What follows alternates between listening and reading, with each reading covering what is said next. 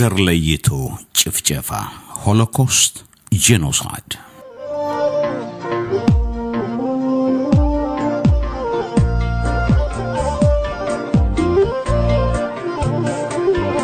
አንቺ ብላኝ እንጂ ምስጋናውን ላጣሽ ላንቺ ብላኝ እንጂ ምስጋናውን ላጣሽ እኔማ ጠገብኩሽ በህልሜ የመጣሽ ዘር ለይቶ ጭፍጨፋ ሆሎኮስት ጄኖሳይድ ምስጋናው ደግነው ለልፈኝ የሚበጅ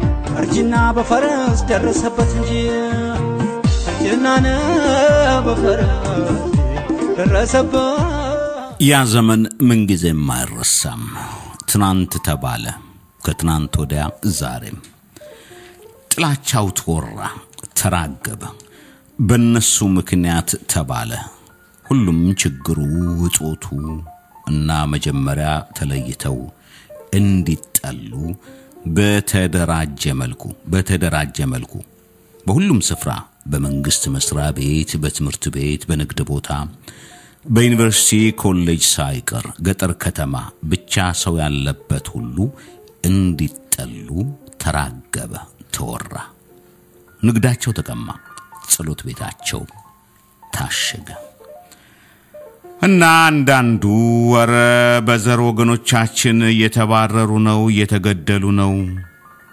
እሲል አይ በጭራሽ እንዴት ሆኖ እንዴት ተደርጎ የአውሮፓ ልሳነ ምድር በተለይ ጀርመን ላይ የፈለቀው በሂትለር ጽንስ መጽሐፍ ታተመ ሁሉ ተበተነ በሂትለር መሪነት በነጎግል የፕሮፓጋንዳ ቀማሪነት የጸጥታ ሰራተኛው አይሁዳዊው እንዲለይ ተደረገ ልዩ ምልክትም በደረታቸው ላይ እንዲለጥፉ የመታወቂያ ደብተራቸው ማንነታቸውን የሚገልጽ እንዲሆን እጃቸው ላይ ሳይቀር ቁጥር ተጻፈባቸው የዘር ጭፍጨፋው እንዲህ ያለ ነበር ያደገ ሄደው በመጀመሪያ እንዲጠሉ ከዛ ከየመስሪያ ቤቱ እንዲባረሩ የግል ተቋማቸው ሁሉ እንድቀማር ላው ቀርቶ ጸሎት ቤታቸው ሁሉ እንድታሸግ ተደረገ ይሁዲ ብቻ ህፃን አሮጊት ሽማግሌ ሳይቀር ይሁዲን አፍ መፍቻ ያደረጉት አንቲሰሚቲዝም ተመርጦ ጥላቻ ተደረገ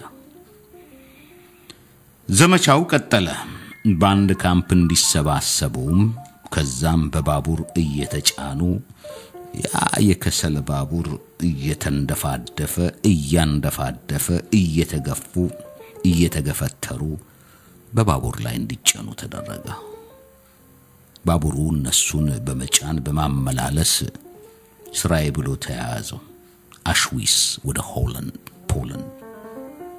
ፖላንድ ምን የአውሮፓ ከተማ አልቀረም ሆላንድ ፈረንሳይ ጀርመን ቤልጂየም ብቻ በአውሮፓ ሂትለር የረገጠው መሬት ስልጣኑ በሱ ስር ያደረጋቸው በሙሉ አገር ማለት ምድር አውሮፓ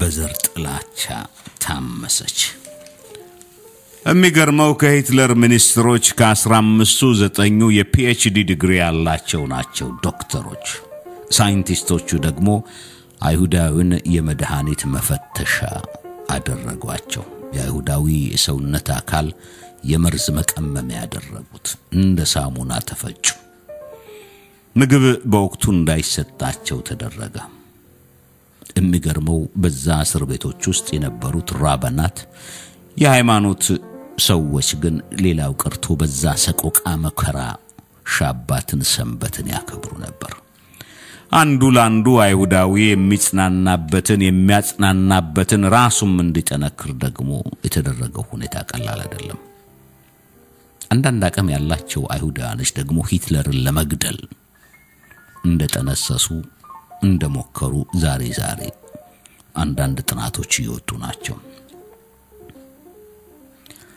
ሌላው አቅም ያገኘው ደግሞ ወደ ዩናይትድ ስቴትስ ተሰደደ ወደ ዩናይትድ ተሰዶ ግን ዘመዶቹን ወገኖቹን ልቂቶችን ግን አረሳም በዩናይትድ ስቴትስ መንግስት ፕሬዝዳንት ሳይቀር ይጎተጉቱ ጀመር። ሌላው የእንግሊዝ ከፍተኛ ባለስልጣኖችንም አቅም ያላቸው ወጣቶች ደግሞ ወደ እስራኤል ጥለው ከነዓን ወደምትባለው መጡ። ሲመጡ አመጣጡም ቀላል አይደለም። የመርከብ ላይ ወሮበላ ሁሉ ሳይቀር ንብረታቸውን የሚቀማበት ሕይወታቸውን ለማጥፋት የሚፈታተንበትም ጊዜ ነበር። ሴቶችን ለመድፈር የሚደረገው ሙከራም ቀላል አልነበረም። አንዳንዴ መርከቧ ጀልባዋም ትሰጥማለች። አመልጠው የገቡ ከመርከብ ላይ ሽፍቶችም ሕይወታቸውን ያተረፉ ወደ ከነዓን ሲመጡ ደግሞ የአረብ ታጣቂ ደግሞ በጥይት ይቀበላቸው ነበር። ከዛ ሁሉ ተርፈው ወደ ኪፑርስ የማህበራዊ ሕይወት ሲጀምሩ የሚገርመው ነገር በአንድ እጃቸው የግብርና መሳሪያ በሌላ በኩል ደግሞ ራሳቸውን የሚከላከሉበት መሳሪያ የግድ መጨበጥ ነበረባቸው። መሳሪያ መፍታትና መቅጠም የማይችል ወጣት የአውሮፓ በቅምጥል ያድግ የነበረ ሁሉ እዚህ መጥቶ መከራውን ማየት ጀመረ። ያም ሆነ ግን ተስፋ አለ። አንድ ቀን እስራኤልን እንገነባለን የሚሉ ወጣቶች ተፈጠሩ። ንጹህ እንኳ የለም፣ ወባ ደግሞ ይባላል። ሌላው ቀርቶ ከጀሩሳሌም ቴልአቪቭ አንድ ቀን ይወስድ ነበር። ዛሬ 35-40 ደቂቃ ነው በመንገድ። አቀበት ቁልቁለት ለጥ ያለ መሬትም አለ፣ አሸዋ ነው። ምዛም ፀሐይ ኃይለኛ ሲመጣ እንኳ የሚጠለሉበት ትልቅ ዛፍ የሚባል እንኳ የለም። ዛሬ የምናየው በቴልአቪቭና በኢየሩሳሌም መንገድ ላይ የምናያቸው ጫካ ዛፎች ምኖቹ ሁሉ ሰው ሰራሽ ናቸው። ሰው ሰራሽ ሀገር ነው ማለት ይቻላል። በረሃ ነው። በአንድ በኩል በረሃው አንዳንድ አይሁዳዊ ሀብታም የሆኑት ደግሞ መሬት ይገዙላቸው ነበር ከአረቦች ላይ። መሬቱም አልነበረምና ነው። ለዚህ ዛሬ የምናያቸው ከተሞች የእስራኤል ከተሞች እንዲህ ያሉ ነበር ያደጉት። አብዛኞቹ ደም የፈሰሰባቸው ናቸው። ጦርነት ማርና ወተት የምታፈሰው ሀገር ብትባልም ግን ደም ነው ያፈሰሰው። ስለዚህ እስራኤላዊ ደሙን እንዳያፈስ ላቡን በሚገባ ማፍሰስ አለበት። እስራኤል ላብ ፈሰሰባት፣ ደም እንዳይፈስ ስለተፈለገ ማለት ነው። ዛሬ ካሽዊዝ የተረፉት አርጅተዋል። በቁጥራቸውም በጣም አነስተኞች ናቸው። እና ያን ሰቆቃ ለረጅም ዓመታት ብቻቸውን ነበር በልቦናቸው ይዘውት የነበሩት። የዜና ማሰራጫዎችም ማስተላለፍም ምክንያቱም ለወጣቱ እንደው ምንድነው መናሳየው ፍርሃቱም ድንጋጤውም እንዳይኖር ተብሎ ዛሬ ግን የዜና ማሰራጫዎች እነዚህን በህይወት የተረፉትን ሰዎች ያነጋገረ ለህዝቡ ያቀርባል። አንዳንዶቹ እንባይላቸውም ደርቋል፣ አልቋል።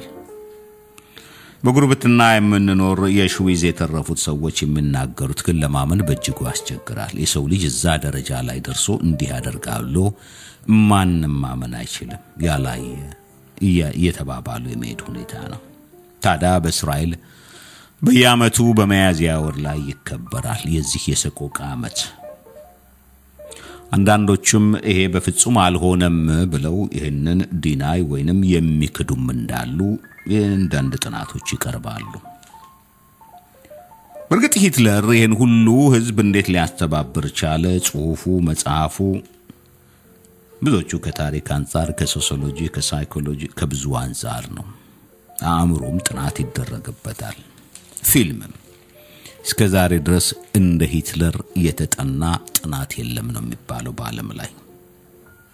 በወራት ብዙ ፊልሞችና መጽሐፎች፣ ጽሁፎች፣ ጥናቶች ይቀርባሉ። ጥላቻን በተመለከተ ጥላቻ የፈጠረው ውጤት ምን እንደሆነ አንዳንድ መንፈሰ ደካሞች ደግሞ ይሄን ጥላቻ ለትውልድ ማስተላለፍ አስፈልግም ይላል። የዋህነት ነው። የባቢሎንን ያንን ሁሉ መከራግማ መጽሐፍ አለ በመጽሐፍ ቅዱስ መሰረዝ አለበት ማለት ነው።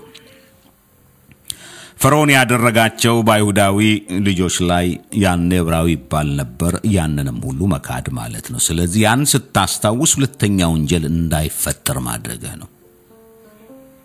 ጸረ አይሁዳዊነት ዘመኑ በጣም ረጅም ነው።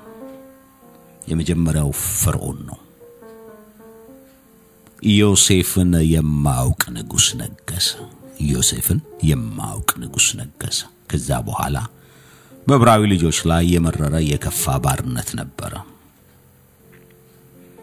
ባቢሎንም የሚታወስ ነው። ክሩሴድስ የሚባል ጦርነትም ተካሄዷል። መቼም ኢየሩሳሌምን የሚያክል ታሪክ ያለ የደም መፋሰስ የተካሄደበት መሬት ያለ አይመስለኝም። የፈለገውን ከተማ ብታመጡ ፓሪስ፣ ለንደን፣ አሜሪካ፣ ቻይና፣ ጃፓን ብትል የኢየሩሳሌምን ያህል የሚወራለት ታሪክ የለም። ኢየሩሳሌም እንደ አንድ ውብ ልጃገረድ መሐሌ ዘሰለሞንም ይላታል። ብዙዎቹ የተዋጉባት የሮማን ኤምፓየርን ብንለው ሌላው አይዲዮሎጂያዊ ደሞ ቅኝትም ያለው ነው። ለማንኛውም አንዱ በሃይማኖታዊ ሁለተኛው ኢኮኖሚያዊ መልክ ያዘ ማለት ነው። ለዚህ ለጸረ አይሁዳዊነት ብዙዎቹ ከሃይማኖትም አንፃር አረንዳውን በዘፈንም እየታጀበ እየተካሄደባቸው ታሪኮች እንዳሉ ነው የሚነገረው። ዛሬስ በምን ሁኔታ ላይ ነው ያለው የሚለው ነገር ነው። የአውሮፓና የአሜሪካ ዩኒቨርሲቲ ኮሌጆች ካምፓሶች ሳይቀሩ ይሄንኑ ዘመቻን እንደቀጠሉ ናቸው። ቦይኮት የሚባልም ነገር በዛ አካባቢ ላይ ነው። ሰሞኑን አውሮፓ የተካሄደው ነው። እዚህ አውኖቹ እስራኤላኖች እንግዲህ አውሮፓ የማይመቸን ከሆነ ወደ ኤዥያ እናመራለን እስከማለት ደረጃ ደርሰዋል። እንግዲህ ይሄ ሁሉ ሁኔታዎቹ ያውኑን የሆሎኮስትን ሁኔታ ለማስታወስ ስንል የምንለው ነው። አትዘባበቱ ቀንጣረው ብላችሁ ከፊታችሁ ቆሞ ታገኙታላችሁ። የረሳውት እሱ ያስታወሰኝ ቸርነቱ እንዲነው እዚህ ያደረሰኝ ቸርነቱ እንዲነው እዚህ ያደረሰኝ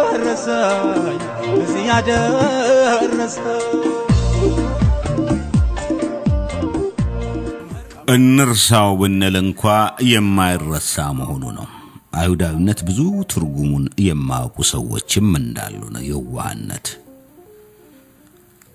አይሁዳዊ ማለት በአንድ እግዚአብሔር ማመን ማለት ነው።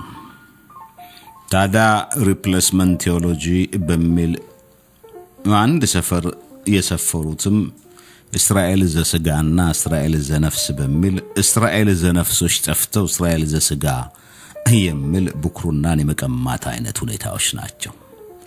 በ1948 አገሪቷ ስትመሰረት በተለይ እንዲህ አይነት ቴዎሎጂን ቀመር የሚያካሂዱት ስነ መለኮታዊ ትምህርቶችም ሳይቀሩ እንዳላ ፍርድ መጋጡ።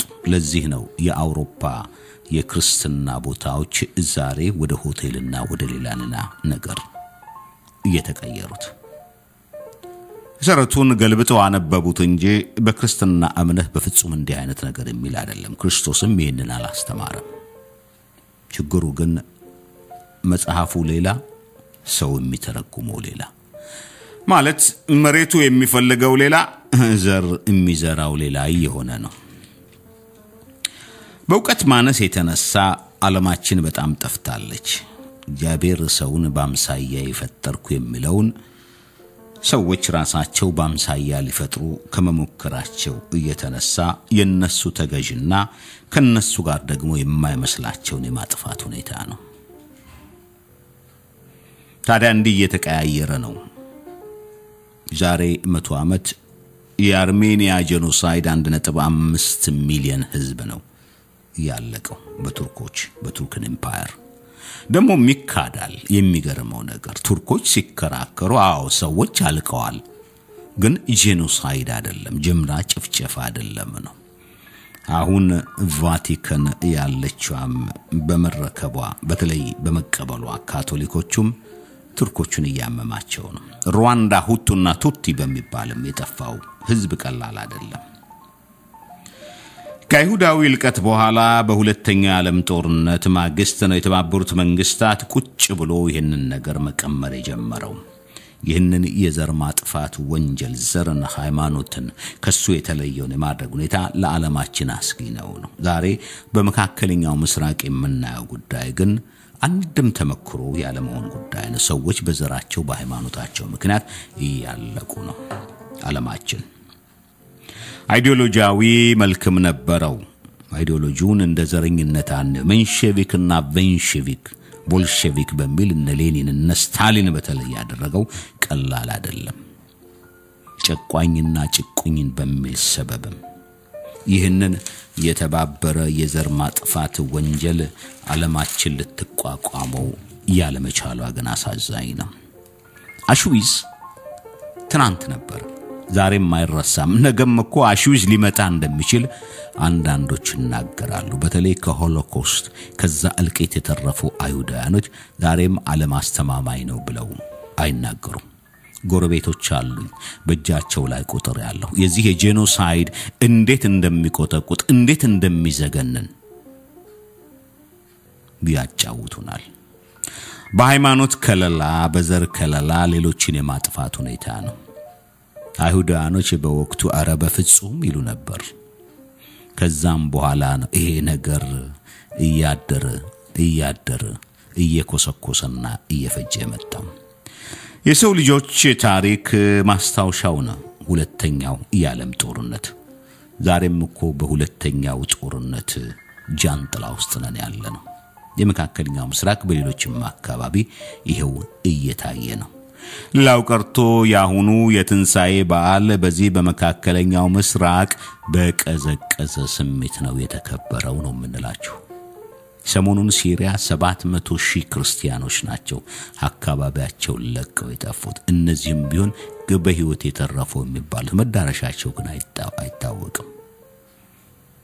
ዓለም በዘመናዊ ባርቤሪያን በዘመናዊ ጭካኔ ውስጥ ናት ብንልስ በጣም የራሱ ወገን ያልሆነው ድሮ እንኳን ያልሰለጠነ የተባለ ይገለው ነበር እንጂ እንዲህ አሰቃይቶ አይደለም።